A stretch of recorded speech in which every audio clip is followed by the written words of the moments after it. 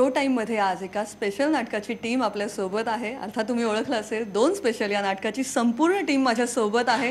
प्रयोग तुफान चालू आहेत.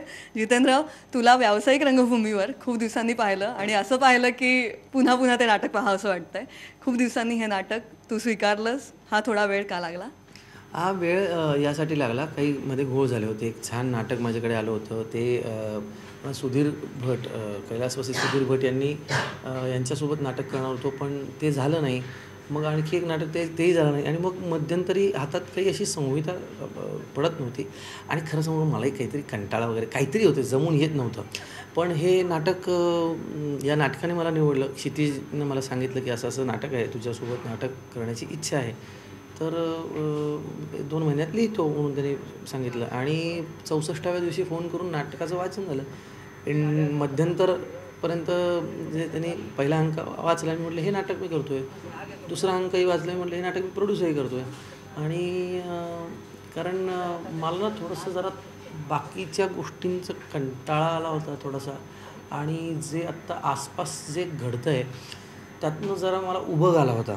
आणि माणूस म्हणूनसुद्धा स्वतःचंही काही असं घडत नव्हतं, काही अस्सल काहीतरी हातून व्हावं असं वाटत होतं, आणि त्यात हे आलं.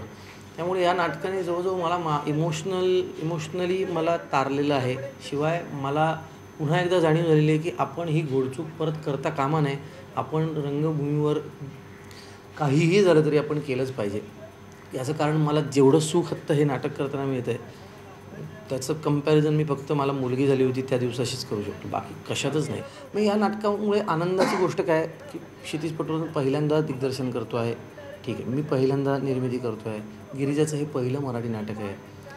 आणि रोहित हळदीकर, म्हणजे सगळी टीम, अनमोल भावेने जे केलं आहे, मामा मुळेंनी जे केलं आहे, म्हणजे खूपच संपृक्त करणारा अनुभव आहे. गच्चीवर लपून छपून भेटणं काय, तुझ्या घरी कोणी नसताना मी तुझे कपडे घालून बघणं काय, मी तुला स्मिता पाटील आणि तू मला सुनील गावस्कर नावाने पत्र लिहिणं काय.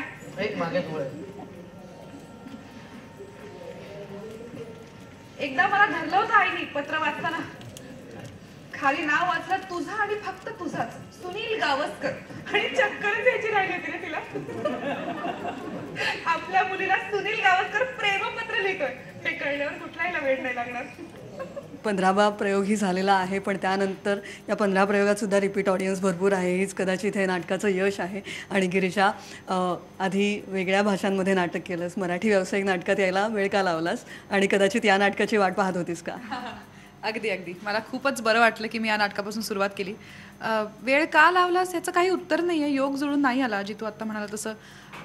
ज्या गोष्टी आल्यासमोर त्या संहिता आवडल्या नाहीत किंवा तारखा जुळून आल्या नाहीत, काहीतरी असं घडत गेलं आणि जमलं नाही.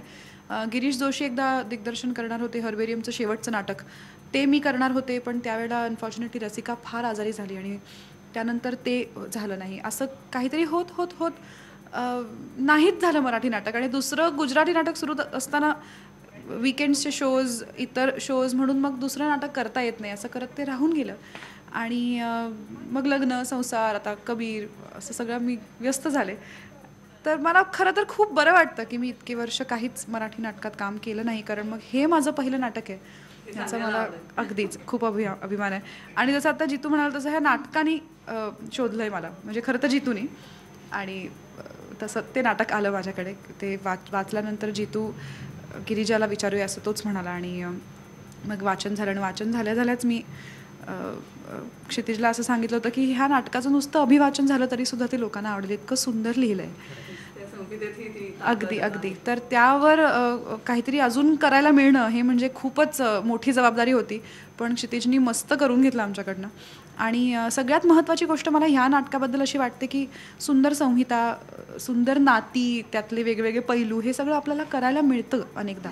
पण पत्रकारिता हा जो ह्याचा बॅकग्राऊंड आहे तो माझ्यासाठी खूप नवीन होता, कारण ह्या क्षेत्राबद्दल आपल्याला लय माहिती असं आपल्याला वाटत असतं, कारण आपण खूप इंटरॅक्ट करतो मीडियात असल्यामुळे, आपला खूप संपर्क असतो पत्रकारांशी असं आपल्याला वाटतं. पण त्यांचं जे जग असतं ना त्याच्याबद्दल आपल्याला खरं तर काहीच माहिती नसतं. कुठेतरी मन आणि बुद्धी यांचा अप्रतिम संघर्ष, आणि त्याला पत्रकारितेची एक मोठी भक्कम अशी पाठिंबाच आहे. आणि यानंतर क्षितिज तुझ्याकडे वळते मी. पहिलं दिग्दर्शन, खरं तर अप्रतिम लेखक आहेस तू आणि आता पहिलं दिग्दर्शन हमो मराठे यांची कथा, पण तू अत्यंत वेगळ्या दिशेने फुलवलीस आणि एक मोठी भक्कम संहिता उभी केलीस. कधी जाणवलं तुला की या कथेत नाटक होण्याचा एक मोठं सार आहे आणि पुढे हे चित्र कधी तुझ्यासमोर उभं राहिलं आणि अर्थात उत्तम कलाकार ही जोडीला मिळाले? माझ्या डोक्यात कथा जेव्हा मी 7 वर्षापूर्वी वाचली होती तेव्हाच माझ्या डोक्यात आलं होतं की ह्याच्यात मग फार इंटरेस्टिंग नाटकाचा एलिमेंट आहे, फक्त त्याचा जीव फार लहान आहे. तो 8-9 पानांचीच ती कथा आहे, पण त्यात जे मुद्दे मांडलेत एक भाग आणि दुसरा म्हणजे त्याचा जो कॉन्फ्लिक्ट आहे हे दोन्ही नाटकाचे आहेत. म्हणजे ह्याच्यात नाटक उभं राहतं कारण त्यात संघर्ष आहे. म्हणजे नाटकाची बेसिक गरज आपण म्हणतो ती नाट्य असलं पाहिजे, तसं त्या कथेत ते नाट्य आहे. परंतु 5-6 वर्ष त्याच्यावर विचार केल्यानंतर ना मग तो एक आपण ज्याला म्हणतो एक ब्रेकिंग पॉईंट असतो तो सापडला की कथेत जो पुरुष मित्र आहे ती मैत्रीण असेल तर त्याला एक अख्खी रोमॅन्टिक बॅकस्टोरी उभी राहील. आणि जी मला असं वाटलं की एक रोमॅन्टिक नाटक मला लिहायचं होतं, पण मला असं वाटलं की त्यात एक पेन पण असली पाहिजे, त्यात एक वेदना पण असली पाहिजे. म्हणून मग या सगळ्या गोष्टी एकाच कथेच्या निमित्ताने जर सांगता आल्या तर काय होईल असा विचार करून ते लिहायला घेतलं. आणि सगळ्यात मला आवर्जून सांगावं असं वाटतं की मी हमो मराठ्यांना जाऊन भेटलो आणि मी त्यांना सांगितलं मी की असं असं करतोय. तर त्यांना ती कथा आठवत नव्हती पहिल्यांदा, कारण त्यांनी 35 कथा संग्रह लिहिले. सो ते मला म्हटले कुठली स्टोरी, मी त्यांना सांगितलं. मग मी त्यांना 50 मिनिटं नॅरेशन दिलं अख्खं, आणि झाल्यानंतर त्यांनी मला तिथल्या तिथे लिहून दिलं की ह्याची परवानगी मी तुला सगळी देऊन टाकतो, कारण मला हे इतकं आवडलं तू केलंस ते. सो मला ॲक्च्युली तो फार कॉन्फिडन्स बुस्टिंग पॉईंट होता की आपण जे काही एका कन्व्हिक्शननी गोष्ट करतोय ती एवढ्या मोठ्या माणसाला पोचती आणि त्याचं म्हणणं आहे की तू माझ्या ह्याच्यावर हे कर. सो तेव्हापासून मग हळूहळू तो कॉन्फिडन्स बिल्डअप होत गेला आणि फार चांगली लोकं मिळाली. मी नेहमी जे लिहितो त्यात मला लोक फ्लॅश होतात, तर मला पहिले फ्लॅश झालेली व्यक्ती ही आणि ही आहे. ते दोघं मला फ्लॅश झाले आणि मला वाटलं की हेच आहेत, कारण त्यातलं ॲग्रेशन आहे, त्यातलं दुखावलेपण आहे, ते सगळं मला जितूमध्ये जाणवत होतं आणि कुठेतरी ते कनेक्ट होत होतं. आणि असं वाटलं की ते आपण त्याला सांगू शकतो. आणि मग त्याला भेटून मी सांगितलं की अशी गोष्ट तयार आहे. तर तो मला मध्ये म्हणून कधी लिहितोयस, आणि मग ते लिहून झाल्यानंतर मग तोही तेवढाच इन्व्हॉल्व्ह झाला. किंवा गिरिजामध्ये एक मिस्ट्री आहे ती त्या कॅरेक्टरमध्ये, तशी ती पण त्यात इन्व्हॉल्व्ह झाली. मग तिने पण खूप चांगले त्याचे पैलू बाहेर काढले. रोहितनी पण काढले, कारण तो स्वतः कोल्हापूरमधनं मुंबईत आला आहे, तोही एक स्ट्रगल करतोय. सो हे सगळं जे सच्चेपण आहे ते त्याच्या कॅरेक्टरमध्ये त्यांनी ओतलं. तर ह्या सगळ्या लोकांनी ते ओतल्यामुळे ना ते फार सजीव झालं, ते फार छान झालं आणि त्याला वेगळे पर्स्पेक्टिव्ह मिळाले. या नाटकाचं दिग्दर्शन तूच करावं असं तुझ्या डोक्यात होतं का कोणी सांगितलं? कशा पद्धतीने दिग्दर्शनाची ही पहिली मोहर कशी उमटली? नाही, माझ्या डोक्यात होतं. मी अगदी खरं सांगायचं तर ज्या दिवशी कथा डोक्यात आली होती ना त्याच दिवशी मी ठरवलं होतं की काय वाटेल ते होईल, आपण बसवून बघू. आणि तेव्हा मला हे डोक्यात नव्हतं की असे कोणीतरी ह्यात काम करतील जे एक स्टार आहेत, जे एक सेलिब्रिटी आहेत, जे चांगले नट आहेत किंवा ते व्यावसायिक नाटकात काम करतात. कारण तेव्हा ते व्यावसायिक, प्रायोगिक, सुदर्शन लावली का शिवाजी मंदिरला हे सुद्धा मला माहीत नव्हतं. मी फक्त म्हटलं आपण करून बघू आणि जे कोण आपल्याला सापडतील ना त्यांच्याबरोबर आपण करूया. सो माझं नशीब चांगलं की हे हो म्हणाले आणि एक चांगलं नाटक उभं राहिलं आमच्या हातनं सगळ्यांच्या.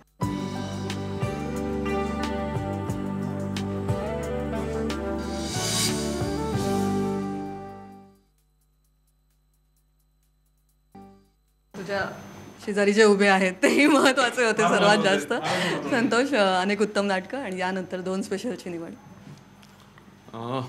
या नाटकाच्या बाबतीत सांगायचं तर म्हणजे जसं जित्या म्हणाला की या नाटकाने जित्याची निवड केली, तसं जित्याने एक सहनिर्माता म्हणून संतोष असावा म्हणून जितूने माझी निवड केली, की त्यासाठी मी त्याचे धन्यवाद मानतो. कारण की पट्ट्याबरोबर मी आधी नाटकं केली आहेत, त्यालाही निर्माता म्हणून मी जी निर्मिती केलेली नाटकं होती त्याच्याबद्दल कल्पना होती.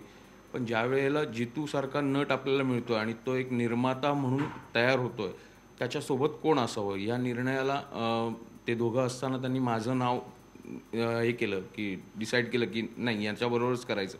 त्यामुळे ते नाटक माझ्याकडे आलं. रसिक प्रेक्षकांचे धन्यवाद की बऱ्याच वर्षांनी मी म्हणेन माउथ पब्लिसिटीवर किंवा कुठेही ते कुठल्या कार्यक्रमामध्ये न दिसता फक्त लोकांच्या अभिप्रायावर उचललेलं किंवा लोकांनी हजेरी लावायला सुरुवात केलं हे पहिलं नाटक असावं बऱ्याच वर्षांनी. भविष्य आलं का? नाही सर, बरोबर आहे. कोणी लिहिलं, तुम्ही का? इंगळे आईला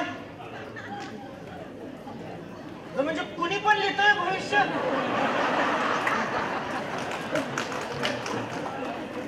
कोणी? अरे अहो सर, एकदा हिंदुस्थान मध्ये प्रवासात धोका असं वाचून सातारला जायचं रद्द केलं होतं मी. तुम्ही म्हणते कुणी पण, याला काय अर्थ आहे? अरे तूही लिहू शकतो. मी? आपलं भविष्य आपल्या हातात आहे. काय सर? बर सर, आपली बातमी कुठल्या पानावर येणार आहे? पहिल्या. बघा, नोकरीच्या पहिल्या दिवशी फ्रंट पेजला बातमी लावून निघालोय त्या टाळी. कोल्हापूरचा धडाडीचा पत्रकार आणि ती भूमिका समोर जितू सारखा अत्यंत मोठा अभिनेता आणि ही सगळी टीम. हा अनुभव तुझ्यासाठी कसा? अनुभव खूपच मस्त होता. म्हणजे सगळ्यात पहिल्यांदा जेव्हा क्षितिजचा मला फोन आला होता की हा रोल तू करतोयस, त्याच वेळेला मी त्याला हो म्हणून सांगितलं होतं. आणि ज्यावेळेला मी मला ते कॅरेक्टर खूप दिवस झाले सापडत नव्हतं वाचनातून किंवा कॅरेक्टर, आणि मला जितू त्याचा अंदाज येत नव्हता सगळ्यात पहिल्यांदा की काय काय येतंय माझं होतंय का नाही नीट, हे होतंय का नाही. पण ते एका अर्थानं बरं झालं, कारण मी खूप जास्त हुडकत राहिलो शेवटपर्यंत. म्हणजे प्रयोगाच्या आदल्या दिवशीपर्यंत मी खूप काय हुडकत राहिलो. आणि ज्या वेळेला ती गिव्ह अँड टेकची मजा यायला लागली जितू दादाची आणि माझी, तर एक पॉईंट असा आला की हां, हे आत्ता कुठेतरी आता होते, आता हे हलणार नाही. आणि अनुभव खूपच मस्त होता. म्हणजे क्षितिज दादासारखा दिग्दर्शक, म्हणजे ज्यांना नाटक कधी बसवलं कळलं नाही, असं नाटक बसवलं. म्हणजे त्याने पूर्ण शेड्यूल प्रमाणे होतं. आज आपण हे करतोय, आज हे करतोय, उद्या काल ज्याची केली त्याची रिव्हिजन असणार, आज हा सीन बसवणार. प्रॉपर त्याने शेड्यूल केलं होतं. त्याच्यामुळे कुठेही आमची रिहर्सल बाबा लांबली किंवा आज काय झालीच नाही असं नाही. रोज जेवढी ठरली तेवढी रिहर्सल व्हायची. त्याचा रिझल्ट दिसतोय नक्की. आणि अर्थात 1989चा काळ, अगदी ऑडिओ कॅसेट, कॉम्प्युटर आणि गुगल नसलेल्या जगातली पत्रकारिता, जी खूप जास्त खरी असेल किंवा खोटी असेल. तेव्हाच्या काळातल्या अनेक ते संदर्भ वेगळे आहेत. जाहिरातींवरचा राग आणि ह्या सगळ्या जगातली ती पत्रकारिता, 1989चा काळ, तो उभा करताना कशा पद्धतीने ती मेहनत होती? ती मेहनत मला वाटतं ती खरं सांगू का, या नाटकाचं आम्ही कितीही म्हटलं की निर्माता, आम्ही कलाकार वगैरे, सर्वप्रथम कुठल्याही कलाकृतीचं जर श्रेय द्यायचं झालं तर ते लेखकाचं असतं. कारण त्यानं जर तो हवेतनं काढत असतो काहीतरी. हामू मराठे एक, त्यांची कथा, क्षितिज पटवर्धन, सर्वा, त्यानंतर त्याच्यातलं दिग्दर्शक, त्याने जे लिहिलेलं होतं. हां, आता एक गोष्ट झाली आहे, या नाटकात हे आपलं नाटक आहे असं समजून आज सांगताही येणार नाही की हे कुठून आलं होतं आणि ते कुठून आलं होतं. आणि ते स्वीकारलं गेलं. गंमत काय असते ना, की जेव्हा एका नवोदित माणसाची सुद्धा एखादी सुचवलेली गोष्ट स्वीकारली जाते, किंवा एक प्रतिथयश दिग्दर्शक आणि लेखक हे जेव्हा स्वीकारतात तेव्हा ते आपलं होऊन जातं. जेव्हा ते असं काम होतं ना, तेव्हा ते आपलं नाही होत, ते त्याचं राहतं. आता हे आमचं नाटक आहे. तो जो काळ आहे 90चा काळ, तो मी खूप लहान असताना बघितलाय, त्यामुळे तो माझ्या जवळचा आहे, पण तो मी कधी जगले नाही तारुण्यात तो काळ. तर मला खूप इंटरेस्टिंग वाटलं, कारण सगळे संदर्भ बदलतात. आता ह्या नाटकातल्या अनेक प्रश्नांची उत्तर आपल्याला अशी देता येतात, कारण खूप वेगळ्या गोष्टी घडल्या आहेत. आणि त्या 90च्या दशकातनं जगच बदललं एकदम.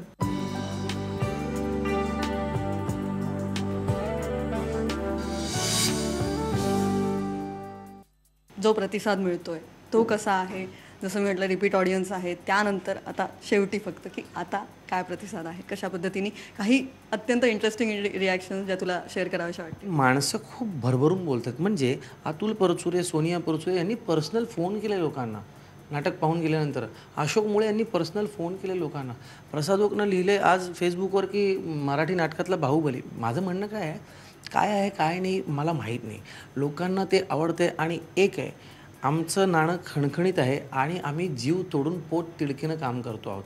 जोपर्यंत आम्ही हे पोट तिडकीनं काम करत राहू तोपर्यंत आम्ही हे नाटक त्या इंटेन्सिटीने करत राहू. कारण रोजचा दिवस नवा, सगळ्या गोष्टी नवीन असतात, त्यामुळे ते करत असताना मजा येते. लोक भरभरून बोलतात, त्याचा खूप आनंद आहे.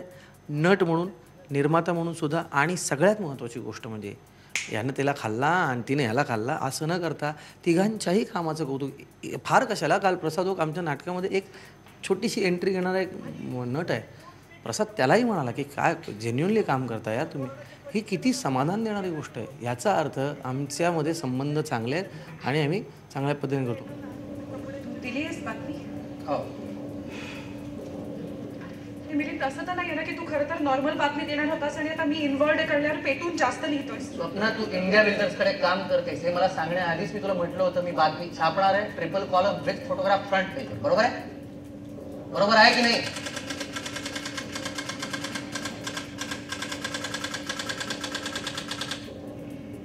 गिरीजा, तुझ्यासाठी हे नाटक स्पेशल का आहे? अर्थातच हे नाटक माझ्यासाठी खूप स्पेशल आहे, कारण हे माझ्या मातृभाषेतलं पहिलं नाटक आहे. माझं मराठीवर प्रचंड प्रेम आहे आणि घरी बाबांमुळे माझ्या आईमुळे प्रचंड वाचन झालं आहे. या भाषेबद्दल माझी गोडी हळूहळू निर्माण होत मला माझी भाषा प्रचंड आवडते. आणि आजपर्यंत माझं दुर्दैव होतं की जिथे भाषा सुंदर बोलता येईल, वाचिक अभिनयाला जिथे स्कोप असतो, असं जे एकच मीडियम आहे थिएटर, तिथे मला माझी भाषा बोलता येत नव्हती स्टेजवर. याआधी प्रयोग करताना सतत भाषेचं एक टेन्शन असायचं.